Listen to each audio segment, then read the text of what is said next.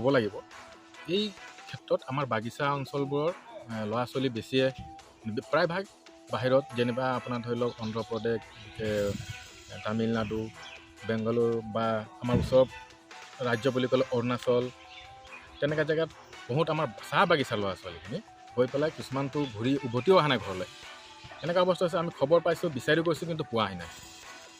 এই ক্ষেত্ৰত আমি আমাৰ বাগিচা অঞ্চলত বা গাঁও অঞ্চলত যি আমাৰ চাহ জনগোষ্ঠী আদিবাসী লোক আছে, তেখেতসকল এইটো ক্ষেত্ৰত আমি বহুত জেগাত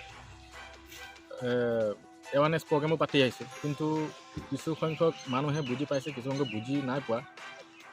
সেইকাৰণে আজি এই অৱস্থাখিনি হ'বলগীয়া হৈছে। ঠিক আছে। আছে স্যার লৈ যাম বুলি কৈছে তাতে আছে স্যার যাম বুলি কৈছে। আৰু কাক কাক নিছিলে?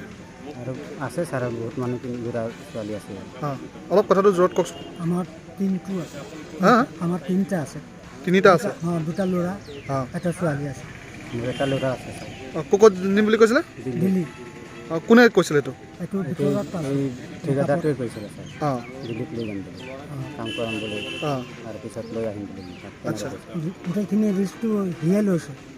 ৰিস্কটো এই নিজেই লৈছে স্যাৰ। আচ্ছা, পইচা দিছে নেকি আপোনালোকক? নাই দিয়া। কি বুলি লৈছে, কি বুলি দিম কৈছে? 10,000 টকা দিম বুলি কৈছে মাহতে দৰমহাটো এনেকৈ বুলি আৰু লৈছে। তো বলে যে নাই মই কাম কৰে যাবো এখন। ক'ত কাম কৰিব? কি বলে দিল্লি।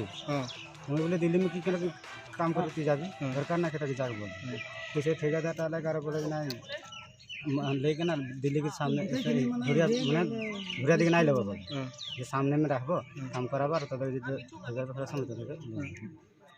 অলপ চাইলেণ্ট আছোন, অলপ চাইলেণ্ট।